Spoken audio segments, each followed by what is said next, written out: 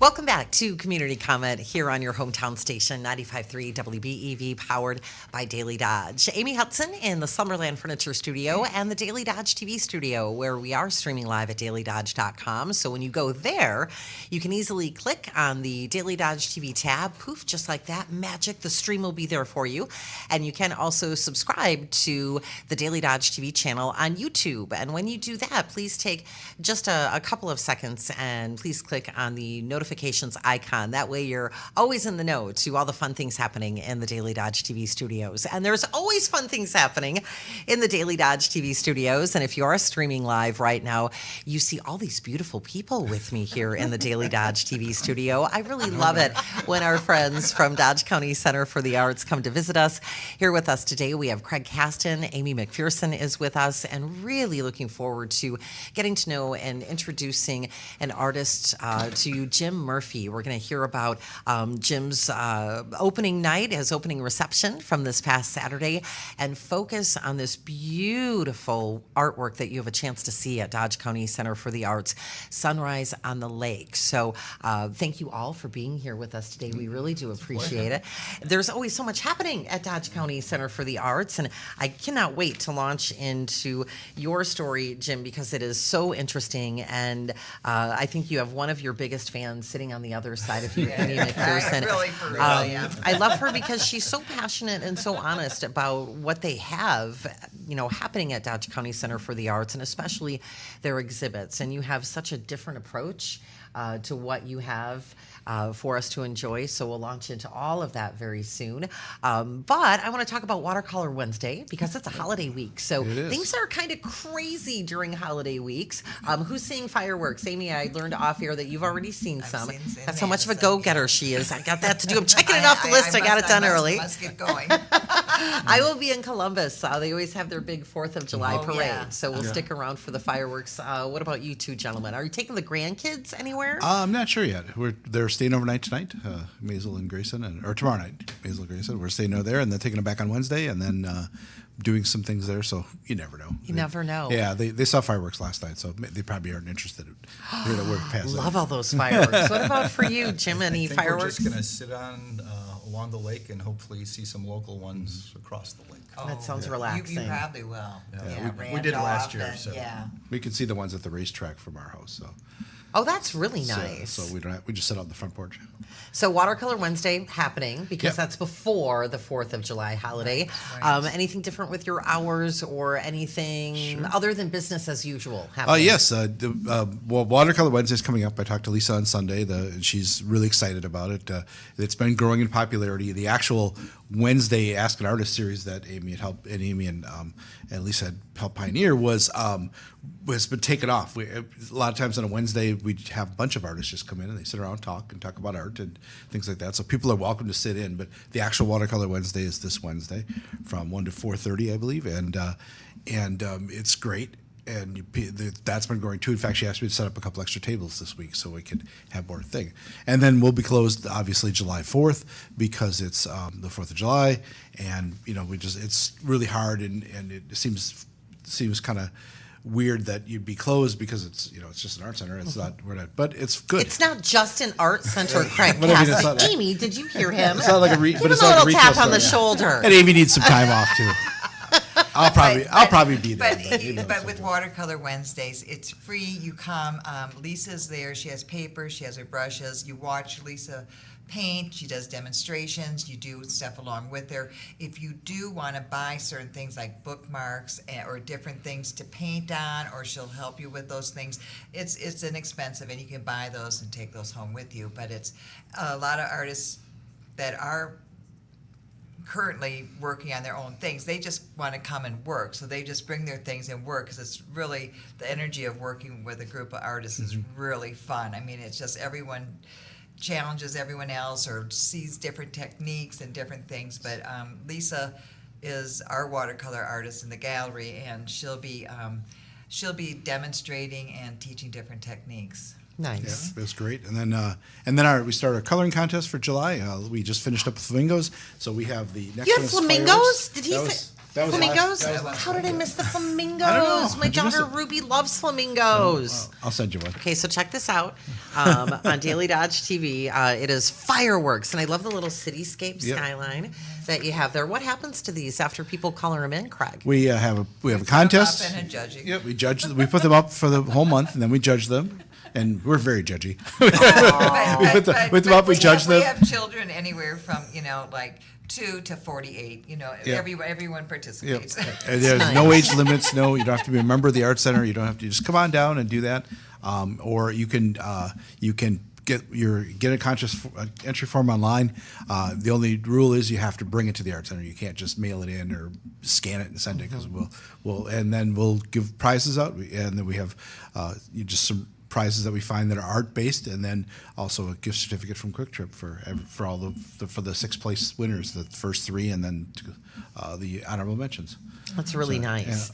Last time you were with us, Craig and Amy, I cannot remember the name of the lady who joined us. She's fantastic. She was teaching some of the summer art camp Mary Lynn. classes. Yes, and her last name is fantastic also. Katzma. Yes. So how have things been going with the kids' art camp at Dodge County Center for the Arts? Fantastic. She is really taking it on. We've gotten a little help from the Wisconsin Arts Board with a little grant money to actually pay her to do these classes, and I sat in on one of the classes and just was sitting and listening from the side, and the kids were having a blast, and they were tracing each other on big sheets of card or paper on the floor, and then they would color them in, and when she actually made the displays up, which was because what happens is we have this, it's a whole week thing sponsored by the Parks and Rec Department and through us. And then when the show's over, then they have a pop-up show that following Saturday. And then once the show's over, the kids take their art home. So if you miss it, you don't get to see it. Marilyn was very nice and posted some great videos and some pictures. But it was fantastic to walk in how much detail she put into the work and detail she put into having this kid's art on the show, up available. I know that as having grandkids, I know how much they love seeing their art hanging. They love seeing it in, Talking about it, Yep, too, yep, telling when about folks it. are there. Yep. Yeah, we had a pop-up show a couple of years, last year or the year before, and one of the little girls was probably maybe 6 or 7, and she stood by the door, and every person that came in, she said, "Hi, welcome. You want to come see my art?" And she'd take them by the hand, and she'd tell them all about her art. And it was like, man, it's hilarious. She was having a riot. She was the best part of the thing. You want to see my art? And literally every single person walking the door, "Do you want to see my art?" She'd take their hand and take them over, and she'd talk about her art, and she'd talk about the other stuff, but not as important as hers. Oh, I love that. You have to seize those opportunities when you can. It's great. She's learned at an we- early age. We love our artists no matter the age of the group they are, but the kids really are the future of art, and we want to make sure we keep embellishing that to make that happen, to make the kids aware that art is something you can do, even if you don't find a career in it. At least you can. That's a good relaxation. It's very cathartic. It's very relaxing. Coloring and doing painting. And my granddaughter Maisel had a art camp on Friday. That's why we rolled in a little late. She had art camp on Friday, and we went home from here, and she went to our house, and she goes, "You know what I want to do?" And I said, "What?" She goes, "I want to have an art camp." So she was the teacher, and my wife and I were the artists, or the students. But she kept telling me I was going to get put in detention. I don't know. She just thought you were going to be naughty. she was just like, "What are you doing?" I'm like, "You stop there. I'm going to put you in detention." I'm like, "Okay, I love you." But you didn't end up in detention. No. We had a great time, and we had 3 great pieces of art because she'd show us what she wanted us to draw, and we'd draw or paint that. And we had a fantastic time. She was on a high after taking a tour with you through the studio. Sweet. She was on a high. So She is adorable. Thank you so much for bringing her in and for the picture when we were in the studio together. No detention of any kind here during Community Comment. Really looking forward to introducing Jim Murphy. His work right now is being celebrated at Dodge County Center for the Arts. You had a big fancy opening reception this past Saturday, and you have such an interesting story, Jim, and you have such interesting, beautiful work for folks that have, been spending some time on DodgeCountyArts.org, which is the website for Dodge County Center for the Arts. Your show is described as each work showing a different moment in time on Beaver Dam Lake. So we'll dive into that because it's it's just such an interesting approach. And I am blown away for you to share your story because, we go through, life goes by so fast. And, different phases in our life can find us doing different things, sometimes unexpected things that might be out of our comfort zone. And I'm really interested for you to share with us, when that spark, that love of being an artist happened for you, because you have spent a handful of years in a really different field. You've been an attorney for over 30 years. So I'm going to ask you a few different questions all in Sure. one. Okay. Any legal ones? I know. Share with us. quiz. Yeah, pop quiz. No detention, but we'll have a quiz. Let us know where you grew up, where your hometown is, and then it's so different. Being an artist, being an attorney. Tell us about your journey. Well, let's see. It started out. I've always been from Illinois. Was born in Chicago. Grew up in one of the suburbs, Riverside, which is very close to Brookfield Zoo, which some people might know. Yeah.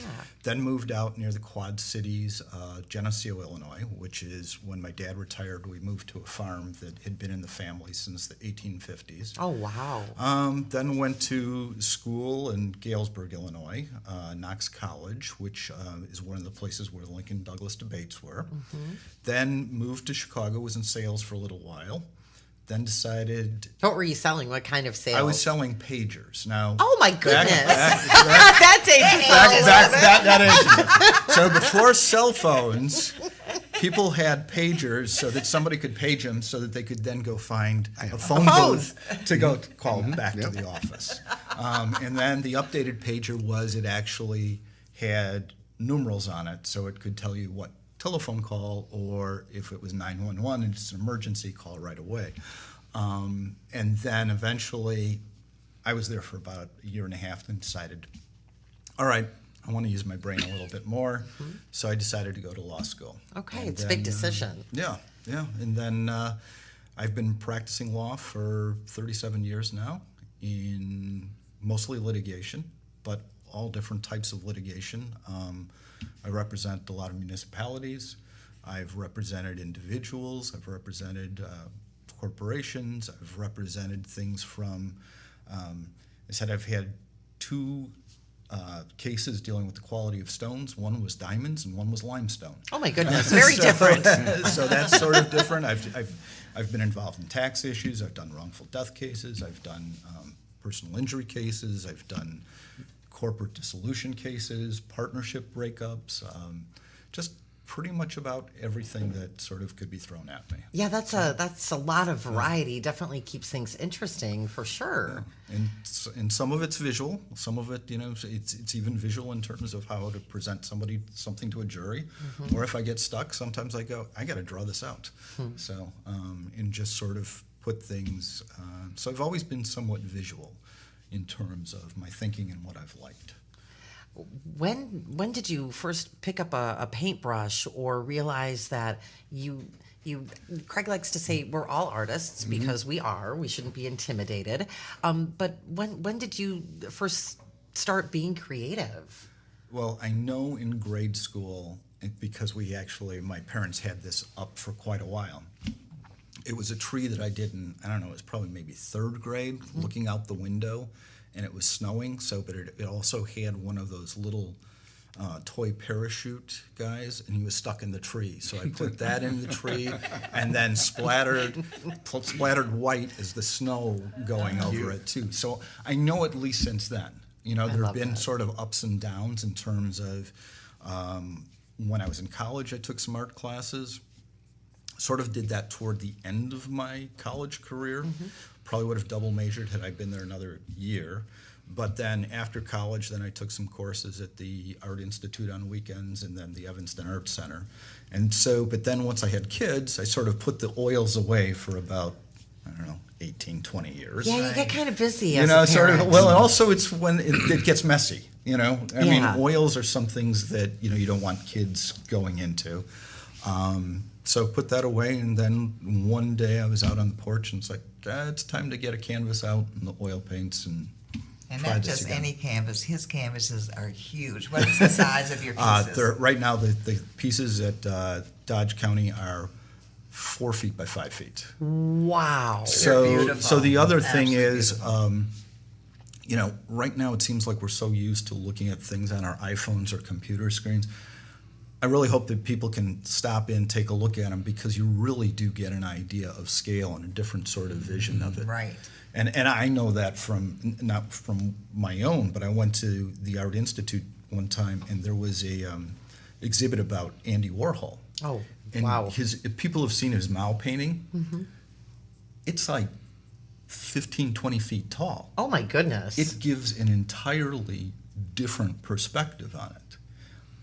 More local, there's the Museum of Wisconsin and Art, and I don't know if you've been there, but they have one painting that's, I think it's about 15 by 20 feet.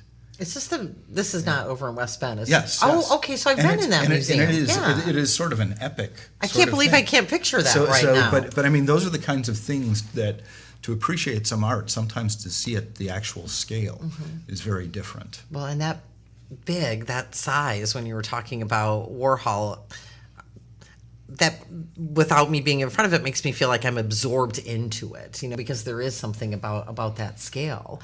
So tell us about Sunrise on the Lake, because this is very beautiful, special work, but also special because it has that connection to Beaver Dam Lake. Well, and so we bought. He's got the series. Yeah, if you'd Oh, like okay, to. great. So we bought a house on Beaver Dam Lake. Congratulations. A little over a year ago, and the plan is ultimately to move up here when I retire, but our bed faces out on the lake, and so one morning I woke up and saw this beautiful sunrise, and once I see it, I run outside, I take photos, and then I work off of the photos, not to get truly representational, but more for the inspiration to see how the sky's working, how the water's working, and then trying to get some of that vibration using paints that you otherwise get by sort of the change of the clouds or the change of the water.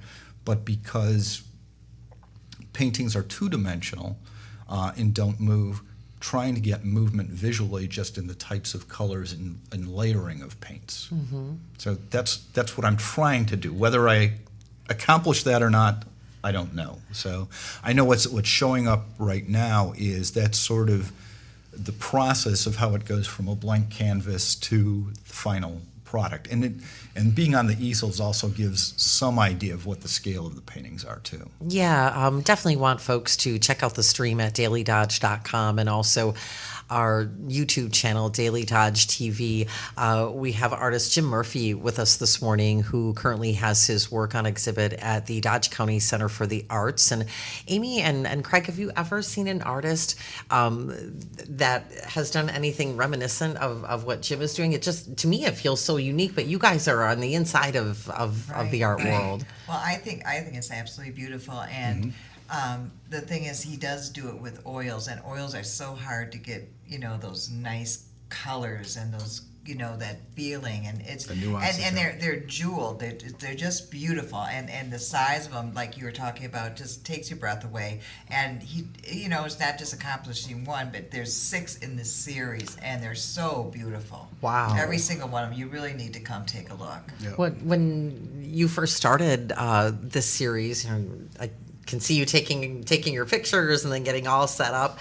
Did you have any idea you were going to end up with the amount of work that Amy just shared? No, because actually I did one. I brought it in, I showed it to Amy actually on my cell phone, and she said, "Why don't you do a series?" So Amy was the inspiration for actually doing the series. That's great. So, which was actually a wonderful thing to do, because I then tried different ways, all being inspired by the lake, all being inspired by sunrises, all using the same sort of technique of very thin layers of paint and layers over paint. But some of them are one of them is very abstract, and others are, more, representational. So, showing a different moment in time, just the technique that you described.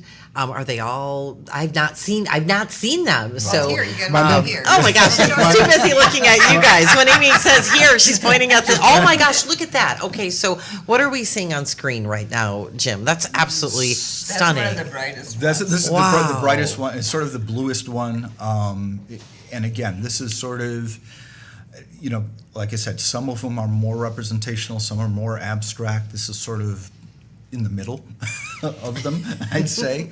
And this sort of goes where it's really still the sky is dark, but yet the sun is starting to come up, and sort of dealing with that and trying to, again, just the feeling of it. And I think the other thing is that the size of it, this one that's shown right now, that was based on what was a very foggy day. Wow. And so That reflection on the lake there, on the water. Isn't it beautiful? It is Yeah. so beautiful. And to your point, the other one we were looking at being so bright, you said that was the brightest one in the series? well, brightest in terms of the blues, or maybe most what I'd say is saturated in color, in a way. This just mellows me right out because it Whereas- feels very calm. Right, and that's what so many people say coming to the show. It's a feel-good show. You go in there and you just feel good. We need more of that. Yeah. So you had your opening reception this past Saturday. I Yep. was happy to hear that things went well. How long will the show be happening? How long will your work be on display at Dodge County Center My for the understanding is Arts? 6 weeks. Yes. Okay, that's Yeah, great. through August 11th. Right. Yep. Yep. And when I saw his son bring the first one in, I was like, oh, that's pretty large. But when you see them all up, you're like, oh my gosh, takes a whole different. Then it's just not one painting; it's an entire. It's really a two show. walls It's of, so yeah, it's fabulous. really. Oh, we have fantastic. to go see it. You And have to. I wish, I don't want to I have wrap keys. up. We have a couple more minutes, and now I get whiny. Okay, so I don't get detention. But I have I'm noticed calling lately Hazel. I start to get a little whiny when I don't want to end the conversation. Your work is really beautiful. That is you. stunning. You're welcome.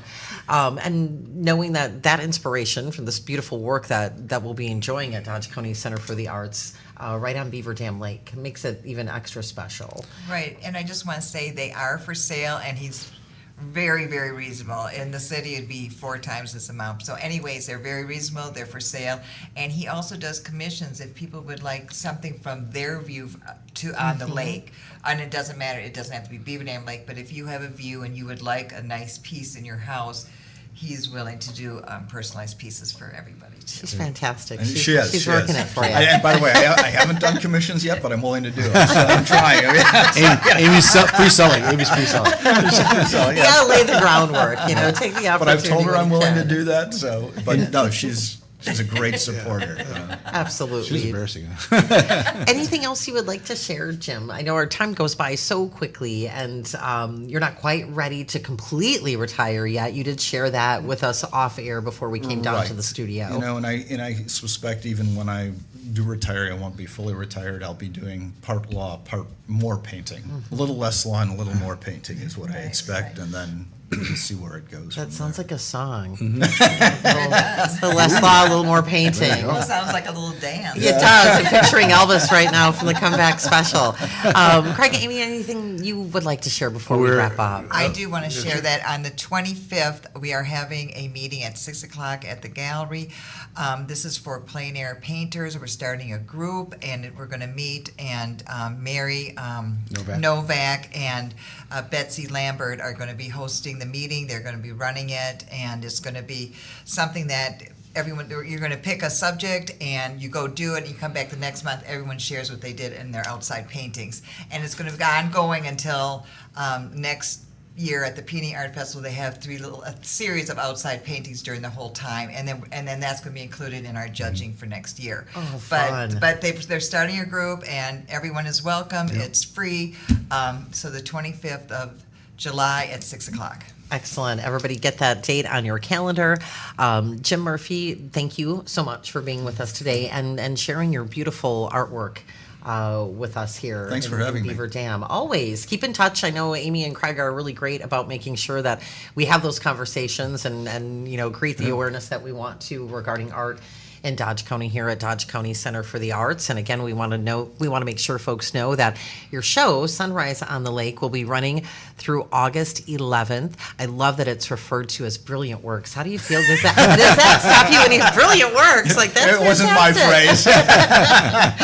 phrase. So you do have the opportunity to enjoy the brilliant works of Jim Murphy at the Dodge County Center for the Arts. And I know we're laughing, but your work really is stunning. It is. And it's really cool also knowing that you're splitting your time between Beaver Dam and Chicago. So welcome. Thank you. To Beaver Thank Dam you. and Dodge County. Again, Sunrise on the Lake will be there for you to enjoy at Dodge County Center for the Arts through August 11th. Craig Caston, Amy McPherson, it is always a pleasure. Thank you so much for your Glad time. to be here. Welcome. And have a safe and happy 4th of July. We will. We will. Thank you. Amy. You're welcome. Dodge County Center for the Arts with us here today on Community Comment on your hometown station, 95.3 WBEV, powered by Daily Dodge.